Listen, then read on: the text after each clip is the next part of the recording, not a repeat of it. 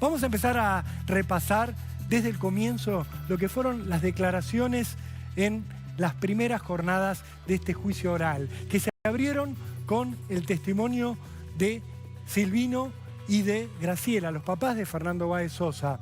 De alguna manera, lo que hicieron los padres fue que corrieran de la sala de audiencias el rótulo de caso Fernando Báez Sosa, lo que está impreso fríamente en la portada de un expediente, y que esto se transformara en el asesinato de un chico de 18 años que solo quería conocer el mal, que solo quería divertirse y que terminó siendo asesinado de una manera totalmente injusta, totalmente brutal. Le cortaron todos los sueños a él, le cortaron la vida y por supuesto mataron en vida a estos padres que tienen una entereza absoluta, admirable, que decidieron después de declarar quedarse en la sala de audiencias a presenciar cada uno de los testimonios.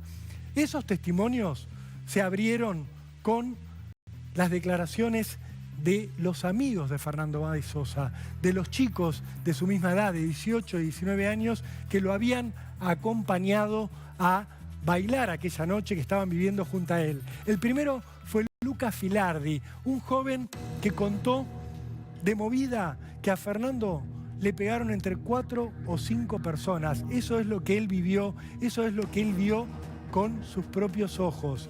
Es una descripción que coincide exactamente con la de la acusación de los fiscales.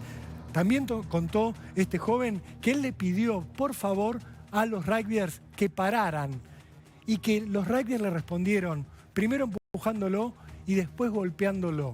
¿Por qué es importante este testimonio? Porque además de describir que acá hubo una golpiza entre muchos contra alguien que no podía defenderse, que no tenía forma de hacerlo porque estaba totalmente solo, que hubo rugbyers, algunos de los cuales están sentados en el banquillo de los acusados, que hicieron una verdadera muralla humana, que los rodearon a los agresores y a Fernando para que nadie se metieran. Y en ese trámite les pegaron a los amigos de Fernando para que no se metieran. También están acusados, por supuesto, por lesiones. Hay 5 jóvenes que, además de declarar como testigos, son víctimas y que declararon en esa calidad durante el juicio oral. Luca Filardi contó que él se cayó arriba de un auto. ¿Por qué se cayó arriba de ese auto? Porque quería, no, porque le pegaron los rugbyers, porque lo empujaron. Para los fiscales esto es parte del plan premeditado. Para los fiscales esto es lo que demuestra que hubo una división de roles. Les voy a poner una metáfora mientras seguimos mostrando las declaraciones de Luca Filardi. Algunos plantean, bueno, pero no todos los rugbyers hicieron lo mismo. No todos tienen que ir con la misma pena, porque algunos le pegaron a Fernando, pero otros le pegaron a los amigos y no lo tocaron a Fernando. Otros solo empujaron a la gente que trataba de acercarse y no le pegaron a Fernando. Lo que plantea la acusación es que esto es lo mismo que un robo a un banco. Para que se entienda la metáfora, ustedes saben, se comete un asalto contra un banco y hay alguien que hace de chofer y se queda en la puerta esperando a sus cómplices. Hay otro que se queda de campana, avisándole a sus cómplices si viene o no viene la policía. Hay uno que entra y apunta con un arma al cajero. Otro agarra la plata. Otro amenaza con un arma a los clientes. Cuando los detienen, cuando los juzgan, los integrantes de esta banda de ladrones van todos con la misma pena. Son todos coautores de un robo a mano armada. No hay una distinción entre el que hizo de campana y el que tenía el arma en la mano, porque todos se pusieron de acuerdo para lograr un objetivo común. En el caso de esta metáfora es llevarse el dinero del banco. En el caso Báez Sosa, según los fiscales, es terminar con la vida de Fernando. Cada uno puso su granito de arena para lograr el objetivo común. Ese es uno de los agravantes que les están imputando a estos rugbyers. El homicidio cometido con premeditación, pero también está la alevosía como agravante, y por eso son importantes los testimonios de los amigos de Fernando, que dicen que Fernando nunca tuvo chance de defenderse, que a Fernando lo atacaron por la espalda, le pegaron una primera piña en la nuca, lo hicieron caer y cuando intentó levantarse, ni siquiera defenderse, lo volvieron a tirar al suelo para seguir pateándolo. Juan Besuso, uno de los amigos de Fernando, contó el comienzo de esta secuencia. Dijo que todo empezó, como les anticipábamos, adentro del boliche Le Brick. Él dijo que la noche estaba muy tranquila, pero claro, el boliche estaba repleto de gente. Esto hacía que todos estuvieran amontonados. En un momento él se lo cruzó a Fernando, que volvía del baño. Le pasaron por al lado los rugbyers y ahí empezó a haber un cruce de palabras. ¿Por qué? Porque Fernando y sus amigos, que además estaban con la novia de Fernando, con Julieta Rossi, que no pudo declarar en este juicio oral por lo mal que quedó, por el shock que está sufriendo, por lo que le cuesta atravesar por este estrés postraumático. Y ellos querían defenderla a ella, querían protegerse a ellos, no querían problemas.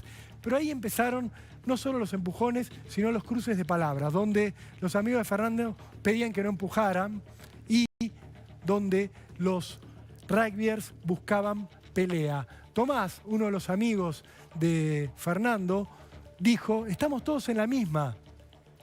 Les dijo esto a los rugbyers, así lo contó Juan Besuso. Lo que les quería decir era, no hagan lío, no armen una pelea, porque nos van a echar a todos del boliche y vamos a terminar mal la noche. Una noche que recién está promediando, eran las 4:30 de la mañana todavía.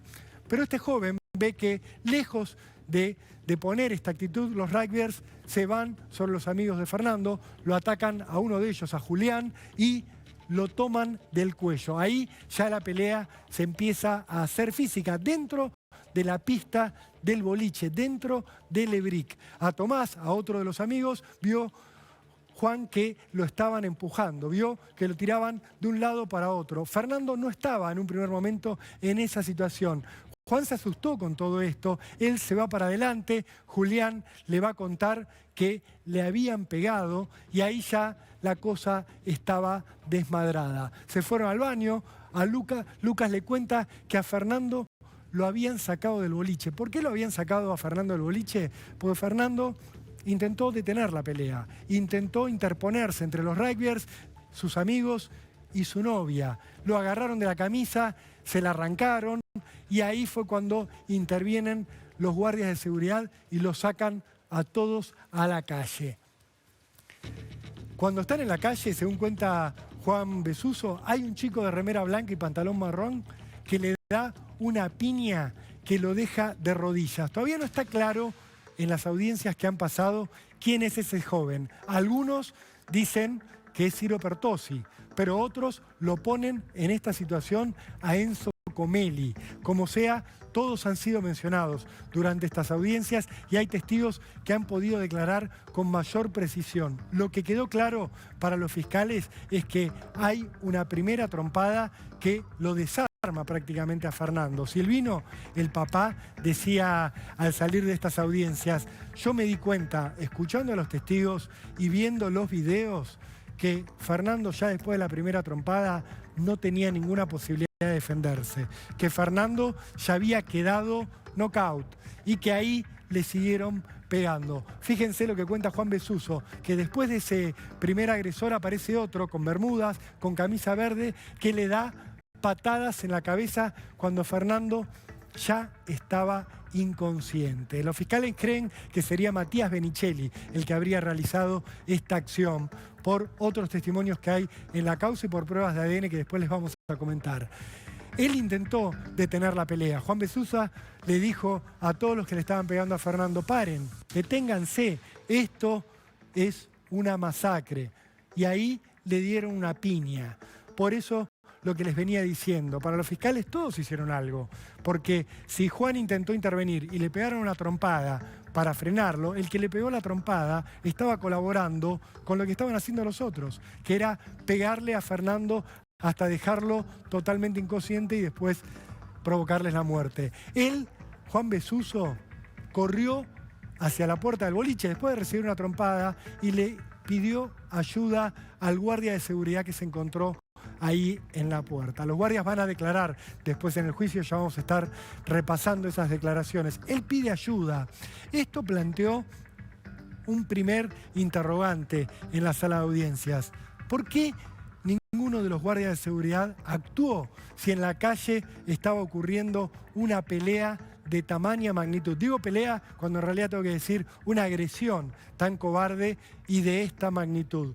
Los guardias después van a aclarar que, primero, ellos tienen la obligación de intervenir solamente en lo que ocurra dentro del boliche, que no pueden actuar afuera, en la calle, que ese es el rol de la policía. Y además dijeron algo que está constatado también por los videos, que todo ocurrió muy rápido, que fue menos de un minuto el tramo que duró la agresión letal contra Fernando Báez Sosa, que no les dio tiempo a nada, más que a tratar de generar la asistencia posterior, de llamar a una ambulancia para que alguien atendiera a Fernando y colaborar con las tareas de auxilio. Pero fue todo muy rápido y estaba ocurriendo en la vereda de enfrente. Esto es lo que dicen los guardias, que no han recibido ningún reproche penal y que de hecho cuando declararon en el juicio aportaron datos muy valiosos para la acusación. Cuando Juan volvió al lugar donde estaba Fernando, después de haber ido a hablar con los patobicas, se encontró con Fernando ya inconsciente. Después de los amigos que declararon las primeras audiencias, llegó el turno de los patobicas. El más impactante y el primero en declarar fue Alejandro Muñoz. Alejandro tiene un apodo, le dicen Chiquito. ¿Por qué? Porque mide 2 metros, es un gigante, tiene 20 años de experiencia en la noche, ha actuado en centenares de peleas entre concurrentes a discotecas y nunca había visto algo como lo que vio aquella noche del 18 de enero de 2020. Lo que contó Chiquito Muñoz es que la hazaña estaba dirigida especialmente hacia Fernando, que el objetivo de los agresores era pegarle solamente a Fernando y que se iban turnando para pegarle, que iban tomando roles, primero uno, después el otro, después el siguiente. Contó Chiqui Muñoz que le pegaban patadas, que en un momento Fernando se quiso levantar. ¿Y qué ocurrió cuando Fernando se quiso levantar? Uno que tenía camisa blanca y rodete le volvió a pegar y lo volvió a tirar al piso. Y ahí ya Fernando no se levantó más. Este hombre tan duro, que hacía referencia a Benicelli, según creen los fiscales, contó también que Thompson estaba totalmente fuera de sí, que estaba alterado, que nunca había visto a alguien tan fuera de sí, tan enajenado y que fuera tan difícil controlarlo. Hace 20 años que laburo de esto, dijo Chiqui Muñoz, y nunca vi algo así, nunca vi una hazaña similar a esto. Este hombre se quebró durante las audiencias y lloró, se largó a llorar mientras describía cómo Thompson le pegaba de una manera totalmente artera a Fernando Báez Sosa. Él lo había tenido entre sus brazos, le había hecho una toma para controlarlo y no había podido hacerlo. Lo había sacado a la calle, lo había dejado al lado de la policía después se iba a retirar y de esta manera iba a quedar la zona liberada para la agresión letal contra Fernández. Muñoz terminó diciendo, yo después de esto, después de esta madrugada, estuve 4 días sin dormir. Él terminó de declarar, se paró, los padres de Fernando Báez Sosa le agradecieron por su testimonio. Lejos de reprocharle, le agradecieron haber tenido la valentía de describir con nombres y apellidos a lo que él había visto como los principales responsables de la agresión y también por haber hecho una descripción objetiva tan clara de lo que había sido la golpiza sobre Fernando. De esta manera hablaba Chiqui Muñoz cuando salía a declarar con nuestros compañeros. Escuchémoslo. Aparecí demasiado en la tele, no quiero aparecer más. Pero solo esto. No, por favor. Sería muy importante que puedas hablar 2 minutitos. No, chicos, ya está. Por favor, ya aparecí demasiado. lo que dijiste. Con tu físico, con la altura que tenés, no lo pudiste sacar a Thompson. ¿Qué pasó en el interior del boliche? De mi parte, más aliviado porque pude contar todo. ¿Podés contar qué pasó dentro del boliche, por favor? Cuidado con el caño. Fue una pelea entre dos grupos. ¿Y vos no pudiste sacarlo a Thompson solo? No. ¿O ponía mucha resistencia, Sí. mucha fuerza? Todo ¿Cómo sí. estaba? ¿Cómo estaba él? Estaba ¿Estaba fuera de sí? enfurecido. ¿Cómo estaba? Alejandro, vos que lo que viviste nunca lo habías Para visto. un segundo, Alejandro, por favor. Nunca viste nada igual. Eso fue lo único. Por favor. ¿No pudiste dormir, Alejandro, por varios días? María, buenas tardes. Bueno, está saliendo el jefe de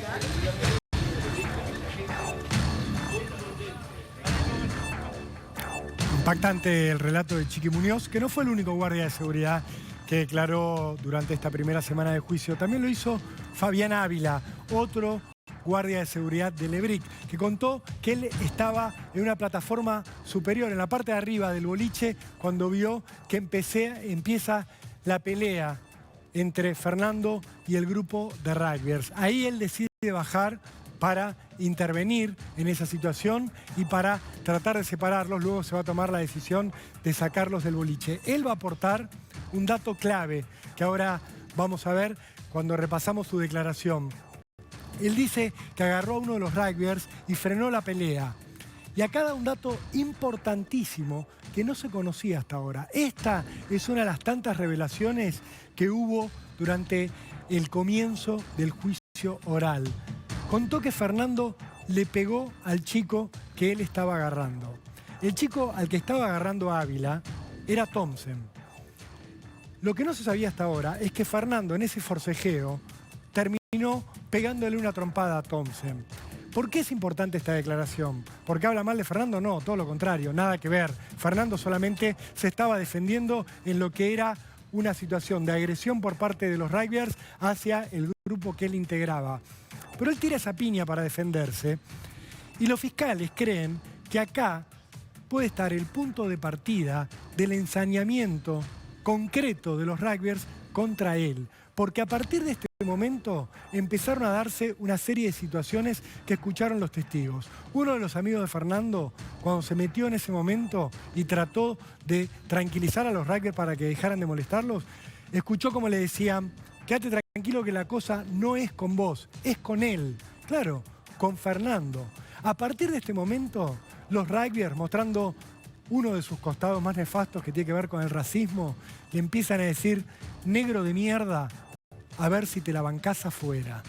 A partir de ese momento, creen los fiscales, empieza el plan criminal para ir a buscarlo a Fernando. En concreto, personalmente, un ataque dirigido contra él. Acá es donde aparece la intención, que es uno de los puntos más importantes que tienen que probar los fiscales. Fernando estaba tranquilo. De hecho, Fabián Ávila es el patobica que lo acompaña hasta la salida del boliche y dice: Fernando estaba totalmente tranquilo, él se calmó porque Fernando se había defendido de una situación donde había sido agredido de manera totalmente irracional. Cuando los guardias le dicen: te tenés que ir, él, que era un chico tranquilo, educado, bien formado, que obedecía, que no tenía ninguna intención de pelearse con nadie, se va caminando tranquilamente por el lugar que le indicaban los patobicas, que era la puerta principal. Obviamente no imaginaba que esto iba a seguir afuera. Los rugbyers sí. Los rugbyers sí sabían que esto iba a seguir afuera. Lo tenían en la cabeza desde la pista del boliche Lebric. Lo que contó Fabián Ávila es que Fernando va a salir del boliche con la camisa rota. Así lo van a encontrar luego sus amigos después de la golpiza brutal. Así lo va a encontrar su novia, Julieta, quien se va a quedar con esa camisa en la mano, que lo va a acompañar al hospital con esa camisa en la mano, que después la policía le va a pedir porque era una de las pruebas fundamentales de un asesinato brutal. Acá está otra vez la descripción de Fabián Ávila de esa piña que Fernando pega como un acto defensivo. Estas declaraciones son parte de lo que se fue acumulando como prueba en estas primeras jornadas del juicio, que estuvo cubriendo un equipo de TN de manera detalle a detalle, punto a punto. Quien estuvo ahí en todas las audiencias, adentro, registrando los testimonios, escuchando a estos testigos que les estamos mencionando, es Sebastián Domenech, nuestro compañero que desde Dolores, ahí están viendo la puerta de los tribunales en vivo, está todo cercado para evitar que se acerquen vehículos, para que puedan entrar y salir los testigos, las partes, los papás de Fernando que están viviendo ahí en Dolores. Sebastián Domenech está allí y lo que nos va a contar ahora, vamos a saludarlo, es cómo se vivió desde adentro de la sala de audiencias todo este comienzo del debate oral. Hola Sebastián, muy buenas tardes, ¿cómo estás? ¿Qué tal, Rolo? Buenas tardes. Bueno, sí, la verdad es que fue una semana muy importante, muy intensa, ¿no? Obviamente uno tiene en cuenta el juicio, de qué estamos hablando, del crimen de Fernando y la magnitud que tuvo en su momento la cobertura. Obviamente que era de esperar que el juicio también tenga el mismo nivel de potencia, de intensidad. Pero además, lo que venimos hablando, Rodo, incluso en la semana, ¿no? La intensidad en la cuestión emociones, cada una de las declaraciones que fuimos viviendo desde el lunes, que comenzó con la palabra de Graciela, de Silvino, de los papás de Fernando, pero también con la calidad de los testimonios a nivel informativo para nosotros los medios, pero más que nada para el tribunal, con mucha prueba, con mucho video como prueba también. Un montón. Cada tanto, bueno, lamentablemente la reproducción de esos videos que tienen que ir soportando Silvino, Graciela, los papás de Fernando, eso lo podemos ver desde adentro. La verdad es que es un momento duro para ellos, son momentos que nosotros podemos apreciar, no solo desde adentro vemos a Graciela y a Silvino que están detrás, mira, imagínate, ¿no? Sí. Mirando de frente el tribunal, a la derecha está Fernando Burlando con su equipo, más al costado está la fiscalía, detrás de ellos está Graciela y está Silvino, que van mirando, por ejemplo, cómo de frente tienen la pantalla en la que reproducen los videos con las pruebas, cómo matan a Fernando, es básicamente esos 4 videos. Después también tenés abajo entonces de esa pantalla, de frente a donde está el particular damnificado, la familia de la víctima, están la defensa, al costado están los imputados, que en los últimos días de esta semana, ayer viernes, por ejemplo, y el jueves, no usaron barbijo, los gestos se les puede ver claramente. Nosotros a unos metros nada más vemos cómo hay a veces diálogos entre ellos, diálogos, reuniones en el medio de la audiencia entre Tomei, su abogado defensor, y ellos, en momentos en que se puede, por supuesto, cuando está por entrar la presidenta del tribunal, los jueces también. Son sensaciones fuertes las que se viven porque son relatos también que son desgarradores. No nos olvidemos no solo del testimonio de Graciela y de Silvino, de los papás de Fernando, sino también, por ejemplo, el del Chiqui Muñoz, el jefe de seguridad, ¿no? de Lebric, cómo él se quebraba. Ver este hombre con este porte, con su trabajo, de estar luchando todos los días con pibes que están alcoholizados y sacan de la calle a la calle de los pelos a los pibes, y la violencia que hay en la noche, que ellos, lamentablemente también para ellos, ven desde hace 20 años, como en el caso de este hombre, quebrarse, llorar al momento de hablar de lo que había vivido y tanta hazaña nunca había visto. Y nosotros también, a los periodistas en esa sala, nos genera esa congoja y ese sentimiento de que uno se está por quebrar porque... en definitiva, Fernando nos representa a todos en este caso.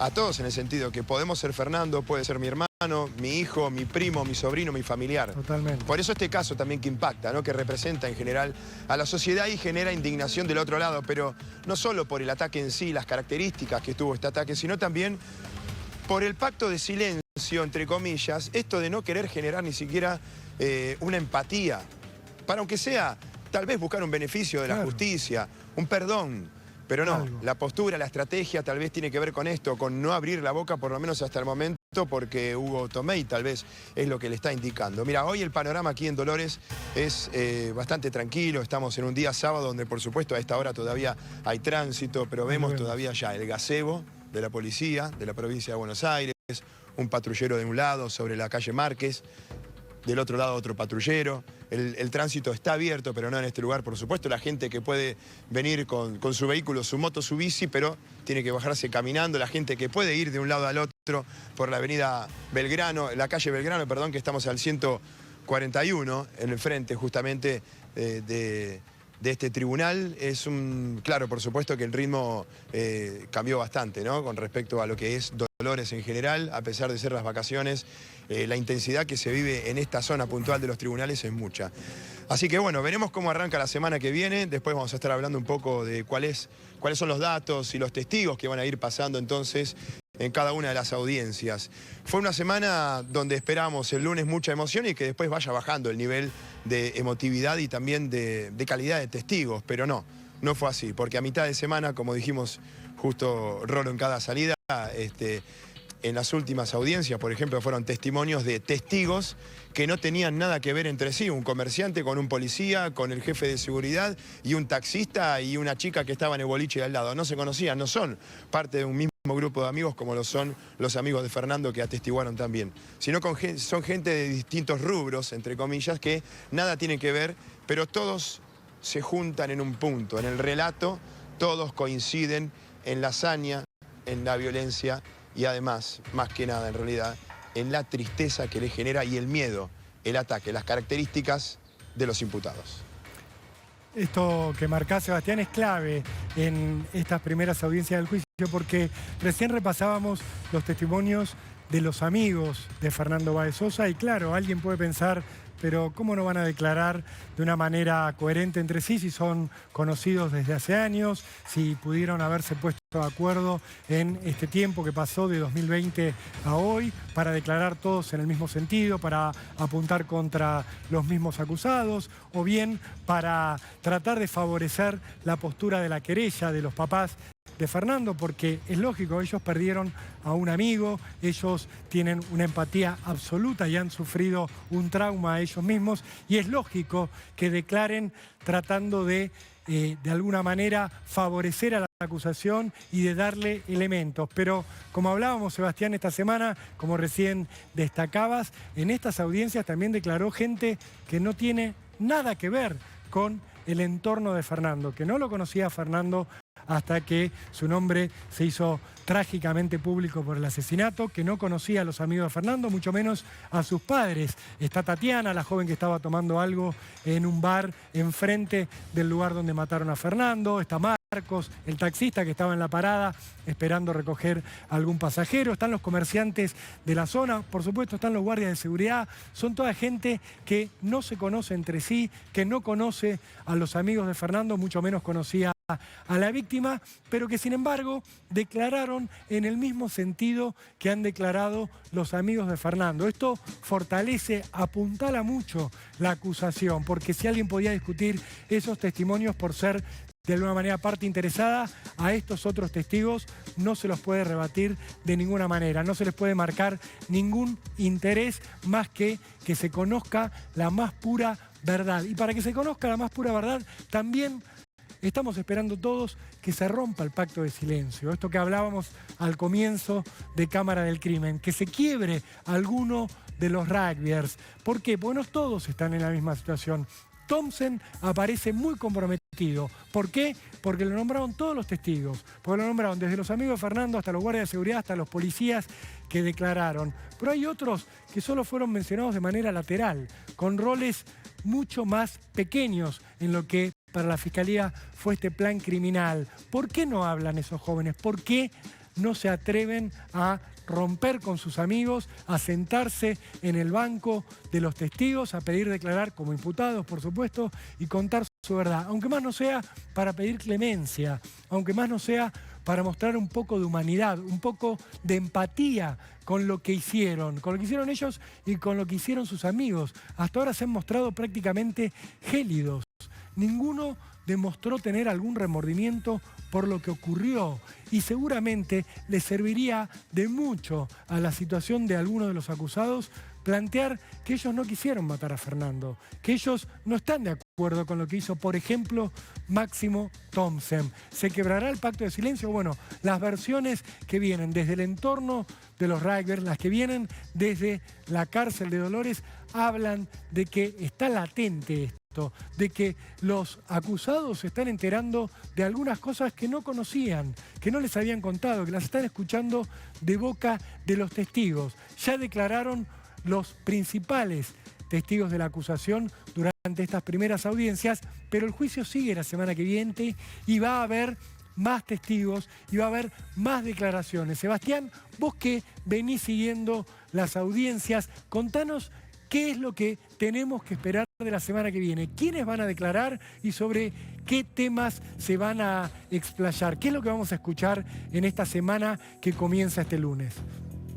Rolo, bueno, a ver, esta semana también va a ser muy importante, ya lo habíamos destacado, que la primera semana, las primeras audiencias tenía una carga de emociones muy importante, los testimonios, la primera parte de gente del entorno obviamente de Fernando, entre los padres y sus amigos, pero la segunda parte, gente desconocida de Fernando, entre comerciantes, bueno, hasta policías, un taxista, el kiosquero que le vendió el helado, una chica que estaba al lado que le hizo RCP en el boliche de al lado, testimonios que estaban unidos en el relato y en las pruebas, pero que no tenían que ver entre sí los protagonistas, de diferentes rubros. Bueno, eso fue, bueno, claro, muy bueno para el particular damnificado, para el abogado Burlando, porque todos coinciden y no hay ninguna contradicción de la cual se pudieran agarrar desde la defensa, Hugo Tomei. Ahora, la semana que viene, en realidad ya pasado mañana, arranca la cuestión más fría, el análisis, los peritos. Si bien esta semana también pasaron algunos peritos, lo fuerte viene esta semana en ese sentido. Sigue la policía científica, siguen entonces desde... los médicos forenses que trabajaron en la autopsia, los resultados de autopsia que son muy importantes no solo para la causa de la muerte, sino también establecer las otras lesiones que le provocaron, obviamente, heridas gravísimas a Fernando y que tal vez no ocasionaron la muerte, pero que son, no sé, una fractura de costilla y demás, y con esos golpes en el tórax, por ejemplo, pueden determinar qué personaje, qué atacante pudo haber cometido ese golpe con ese elemento y con las cámaras de seguridad establecerlo. Y las grabaciones de los teléfonos celulares. La causa de la muerte, los golpes en la cabeza, las zapatillas. Recordemos también que vamos a hablar de la escopometría, aquella herramienta con la cual la justicia puede identificar una suela, porque encontraron una huella. ¿En dónde? En el rostro de Fernando, y esa huella coincide justamente con este trabajo de la policía, coincide con esa zapatilla que secuestraron. Recordemos, una zapatilla con sangre que Máximo Thompson dijo al momento de su secuestro que le pertenecía a Pablo Ventura, y de ahí que ya instalan el nombre de Ventura. Bueno, todo eso ya fue aclarado, pero ahora va a venir con datos, con la policía científica, con la autopsia, con momentos en los cuales, por supuesto, los papás, calculo, de Fernando no van a estar en pleno análisis de la autopsia y el cuerpo de la víctima, y bueno, y van a seguir pasando esos testimonios. Mucha policía. Veremos cómo termina esta semana, pueden ir cambiando las cosas. Hasta ahora vienen bien en cuanto a la cantidad de testigos, porque ya calculo que estamos en la mitad, más o menos en la mitad de testimonios entre los que se hicieron, los que faltan y los que se van suprimiendo, porque hubo 5 o 6 casos donde ya no fueron citados, y eso favoreció también al tiempo. Audiencias que arrancan a las 10 de la mañana y terminan tal vez a las 8 de la noche o a las 4 de la tarde. Eso puede variar muchísimo. La segunda semana también será una semana muy importante en el juicio por el crimen de Fernando Báez Sosa.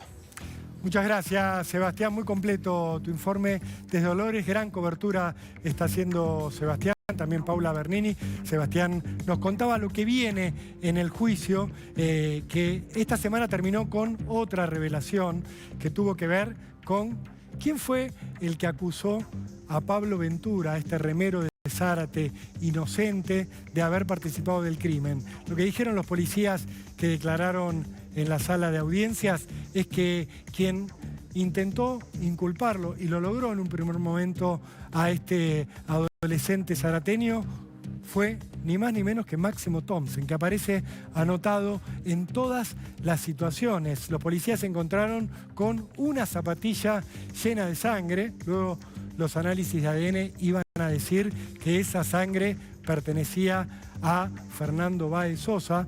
Y les preguntaron a estos detenidos, ¿de quién es la zapatilla? Esta que tenemos acá, que tiene sangre en la capellada, que es de lona, que es negra, que tiene la suela blanca y que estaba sucia de sangre, se veía a simple vista.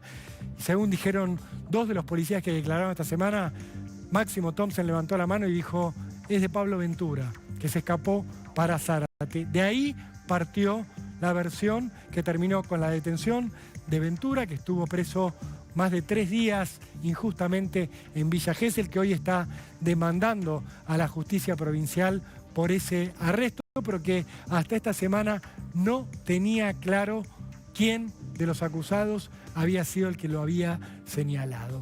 En todo esto tenemos un primer cuadro de situación que está planteando la acusación, que están planteando los fiscales y que está planteando la querella. Pero la gran pregunta es, ¿qué busca la defensa de los rugbyers? ¿Qué va a hacer la defensa encabezada por Hugo Tomei e integrada también por Emilia Pertossi, que es la hermana de 2 de los acusados, de Ciro y de Luciano, y prima de Lucas Pertossi y de Blas Sinali? ¿Qué van a hacer estos defensores en este juicio? Lo que se sabe hasta ahora y lo que se empezó a ver durante estas primeras audiencias tiene que ver con, primero, tratar de anular la prueba. No lo han logrado, eso planteó Hugo Tomei en la primera de las audiencias. En el comienzo dijo: todo lo que se hizo es nulo porque se actuó mal, porque se tomaron mal las indagatorias, porque no está discriminado qué hizo cada uno de los rugbyers en aquella madrugada fatal. Tienen que identificar a cada uno individualmente. El tribunal le dijo que no, por ese lado no. Pero lo que empezó a mostrar Hugo Tomei y que seguramente se va a ver en la semana que comienza, tiene que ver con las pericias, tratar de anular o por lo menos de poner en duda lo que son las pruebas objetivas. ¿Dónde lo mostró? Bueno, primero cuando declaró Virginia, la joven que le hizo RCP a Fernando, una chica que tenía 17 años en aquel momento, que fue muy valiente, que tuvo un coraje enorme para acercarse a ese chico que agonizaba e intentar resucitarlo. Cuando declaró esta semana en el juicio, lo que hizo la defensa fue objetarle todo lo que decía, pero sobre todo objetarle la técnica que había utilizado. ¿Y por qué le objetó la técnica? Porque lo que trataban de plantear desde la defensa era la duda sobre si las lesiones que tiene Fernando en su cuerpo tienen que ver con los golpes que le aplicaron los 8 acusados o si pudieron haberse producido después, durante las tareas de reanimación que intentó primero Virginia, que luego intentaron algunos de los policías y que por supuesto después se reeditaron en el hospital de Villa Gesell. Lo que trató de plantear Tomei es, ojo, que quizás Fernando no hubiera muerto si no se hubieran hecho estas tareas que quizás estuvieron mal realizadas. Esto Fernando Burlando lo respondió diciendo: es un absurdo total, es un manotazo desesperado que está tratando de hacer la defensa, pero sí marca cuál va a ser una de las líneas que van a intentar transitar en las audiencias que vienen y que se van a profundizar cuando declaren los médicos que intervinieron en la autopsia de Fernando, porque estos profesionales forenses lo que tienen que explicar es cómo se produjo la muerte de Fernando y por qué se produjo. Hasta ahora hablaron de un shock neurológico provocado por la gran cantidad de lesiones que sufrió este adolescente de 18 años. Golpes que fueron acumulándose sobre el cuerpo, pero sobre todo sobre la cabeza de Fernando y que terminaron provocándole un shock. Su cuerpo no resistió. ¿Qué va a hacer Hugo Tomei? Va a tratar de exigirle a los forenses que delimiten cada una de las lesiones que sufrió Fernando y que las conecte con cada uno de los acusados. Por supuesto, esto no va a ser posible, pero él lo va a intentar. Va a tratar de que a los jueces se les genere la duda sobre si quizás las lesiones no fueron letales, si quizás estas lesiones se pudieron haber producido porque movieron a Fernando de una manera que no era la aconsejable en ese momento, y va a tratar de plantear la duda sobre si todos los rugbyers le provocaron lesiones letales o si algunos quizás pudieron haber estado en el rol de pegarle, pero no con la fuerza suficiente para matarlo. Esto que a priori suena, si se quiere, absurdo, es una de las líneas que va a intentar esta defensa. Hugo Tomei fue entrevistado por nuestros colegas en la puerta de los tribunales de Dolores durante esta semana. Le preguntaron otra vez qué va a hacer, cómo va a dirigir la defensa, cómo evalúa lo que ya pasó, y le preguntaron varias veces si iba a hacer declarar a sus clientes. Dijo que no lo descarta todavía esto de la declaración, pero tampoco aseveró que sea un hecho. Así hablaba Tomei a lo largo de esta semana. Escuchémoslo. Una semana interesante porque se fue dando de acuerdo al desarrollo que el Tribunal Criminal impuso, así que desde ese lugar estamos cumpliendo con los plazos y el tiempo y los términos del proceso, así que bien. ¿Está de alguna manera conforme con cómo se está dando estas audiencias? Sí, por supuesto. Se puede litigar, se puede dialogar. La idea de todo esto es siempre sacar información para darle una respuesta a un conflicto, ¿no? Fue duro para todos escuchar la identificación de las prendas a algunas personas, que fueron los testimonios de los peritos. ¿Qué tiene usted para decir de esto? Nada, en el alegato lo diré. Okay. ¿Estamos esperando una y otra vez el alegato? El alegato es la consecuencia o el resultado de las audiencias donde se analiza la prueba y cada parte hará su presentación. Hay mucha información que ya todas las partes tenemos. Esto lo estamos debatiendo ante el tribunal, así que hay información que ya la damos por supuesta. Una y otra vez preguntó si se leyeron sus derechos. Me lo guardo o reservo para el alegato. Se dan cuenta en esta nota que le hacía nuestra compañera Paula Bernini a Hugo Tomei, que no quiere mostrar sus cartas, que no quiere contar mucho, que se reserva todo para adelante. Algunos observadores de este juicio dicen: ¿por qué no está intentando demostrar que los acusados quisieron pegarle a Fernando pero no provocarle la muerte? Lo cual lo llevaría a una figura más leve, contemplada en el Código Penal. Hoy están con una figura, homicidio agravado por premeditación y alevosía, que tiene como pena única la prisión perpetua. Si el defensor lograra llevar esto a el homicidio preterintencional, que es lo que ocurre cuando una persona, por ejemplo, agrede a otra con un medio que razonablemente no tenía que llevar a la muerte, pero que termina provocando de todas maneras la muerte de la víctima, el código es más benigno, pone una pena máxima de 6 años de cárcel. Él podría estar intentando probar que sí quisieron pegarle a Fernando, pero que no quisieron matarlo. Los testimonios están hablando de un grupo determinado a matar, y eso conduce a la perpetua. Y esto es lo que inquieta, y mucho, no solo a los acusados, sino también a sus padres, que prácticamente no han hablado, solo han hecho algún comentario al pasar, pero que tuvieron un vocero en un momento dado a lo largo del último año, que fue Marcos Pertossi, el papá de Lucas, a quien entrevistamos frente a su casa de Zárate, y que él sí nos planteó una postura diferente en relación a su hijo y en relación al resto de los acusados. Él no quiso hablar de los otros 7 imputados, pero sí quiso plantear que su hijo Lucas no fue tan violento como el resto, que su hijo Lucas, aquel del mensaje caducó, no tuvo ninguna intención con respecto a generar un daño físico a Fernando Báez Sosa. Escuchémoslo, porque fue el comienzo de las versiones sobre la posible ruptura del pacto de silencio. Vamos a ver la nota.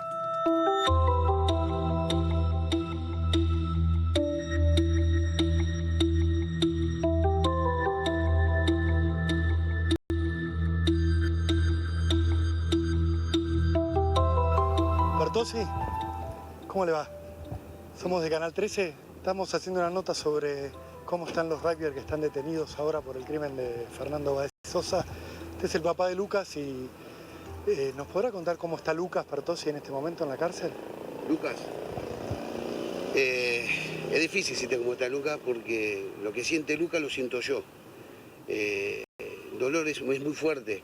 Lucas está preso, está privado de su libertad por algo que realmente yo no entiendo, todavía no entiendo, pienso todas las noches, no entiendo por qué él está preso, no sé. La verdad que no, tanto Lucas como yo, no encuentro explicación. Tu pregunta es hacia Lucas, sí. Lucas está muy mal, muy mal.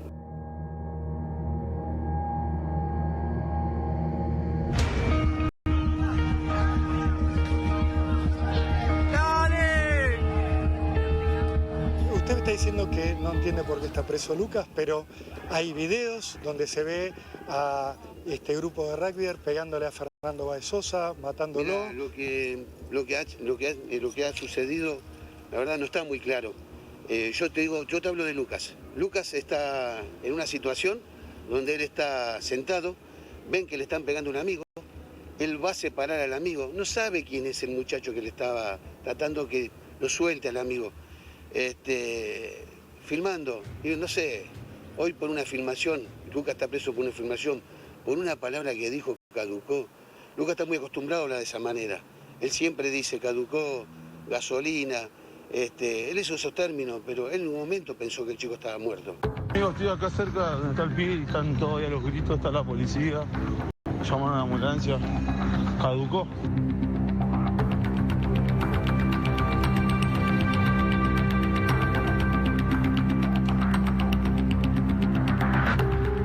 Pero hay un audio donde él aparece, su hijo, volviendo a la escena donde murió Fernando Báez Sosa, donde fue asesinado, y él dice, caducó como que el chico murió. Algo, te voy a repetir, es algo que él, es una manera de él hablar de esa manera.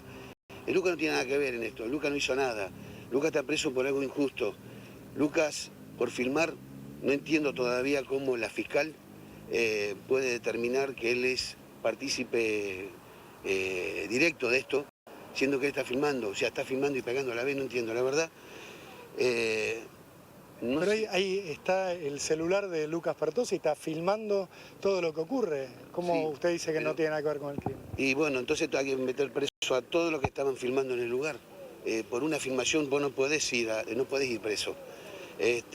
Lucas hoy se encuentra en una situación que él no entiende, que por filmar y por decir una palabra caducó, no puede entender todavía, no él y nosotros como padres. Estamos muy doloridos con esto. Pero hay pruebas de ADN en el expediente, No hay nada, indicios que los ubican no en hay el nada, lugar, no hay nada que lo hay manchas de comprometa. sangre. No tiene nada él. Yo te hablo de Lucas. Lucas no tiene nada que ver en esto. Es totalmente inocente. La verdad que no se entiende todavía cómo puede ser que él esté preso por filmar y decir la palabra caduco. No entiendo.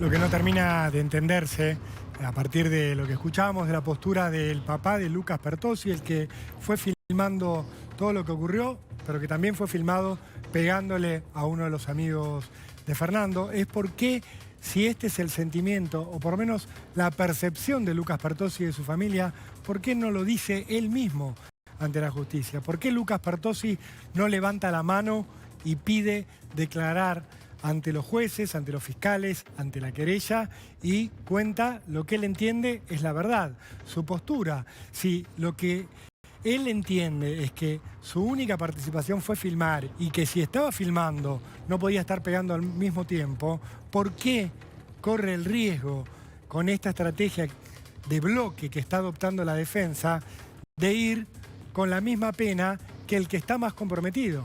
Porque al estar todos juntos, todos unidos, la suerte de todos va a ser la suerte del que está más complicado. Todos van a ser considerados parte de lo que hizo el que más hizo, que es Máximo Thompson, según los testigos, que lo mostraron como el más agresivo en el comienzo de la pelea dentro del boliche, que lo mostraron como el que no podía ser controlado por los guardias de seguridad, que lo mostraron pateando puntinazos una y otra vez sobre la cabeza de Fernando Báez Sosa, impidiéndole levantarse, liderando toda la situación e incluso festejando lo que habían hecho después de haber cometido el crimen, yéndose a desayunar a un McDonald's como si nada hubiera ocurrido, sacándose una selfie e incluso teniendo la entereza todavía para acusar a un inocente, a Pablo Ventura, frente a la policía. ¿Por qué callan el resto? Eso nos lleva a un último momento que vamos a contarles inmediatamente después de esta barrida.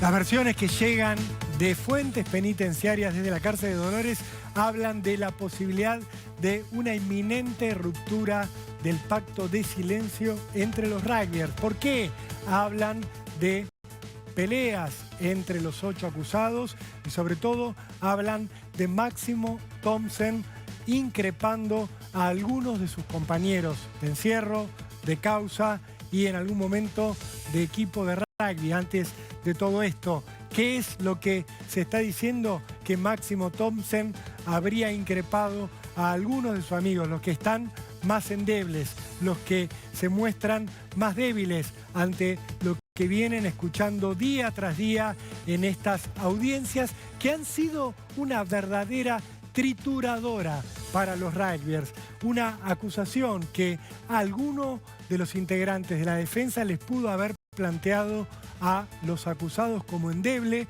pero que hoy ha quedado a la vista, han visto ellos con sus propios ojos y han escuchado sin lugar a dudas que es muy pero muy fuerte.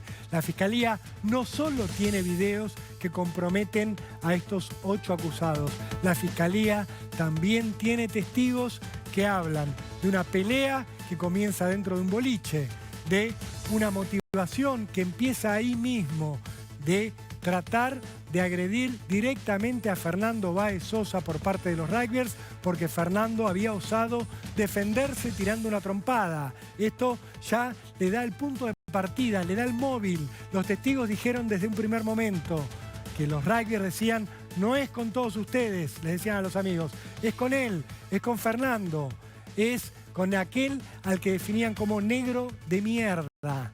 Esto ha sido probado en estas audiencias. Ha sido probado también que cuando los sacaron a todos del boliche, los rugbyers esperaron a que se fuera la policía bonaerense del lugar porque estaba atendiendo otra emergencia y que dieron una voz de partida, una voz de inicio para estas agresiones. Es ahora, ya. Eso habría gritado Ayrton Violás. ¿Pero qué pasa con Ayrton Violás? Él no fue ubicado en acciones de violencia directa contra Fernando. Por eso es que surgen estas versiones de la posible ruptura del pacto de silencio. Es uno solo de los ejemplos. Violás, que escuchó hoy cómo todos los testigos iban apuntando contra Máximo Thompson, apuntaban contra Ciro Pertossi, apuntaban contra Luciano Pertossi, apuntaban contra Enzo Comelli, como los agresores principales de Fernando, y que veía y que escuchaba que a él no lo mencionaban. Lo mismo pasa con Lucas Pertossi. Escuchábamos recién a su papá, a Marcos, que nos decía: mi hijo solo filmó, mi hijo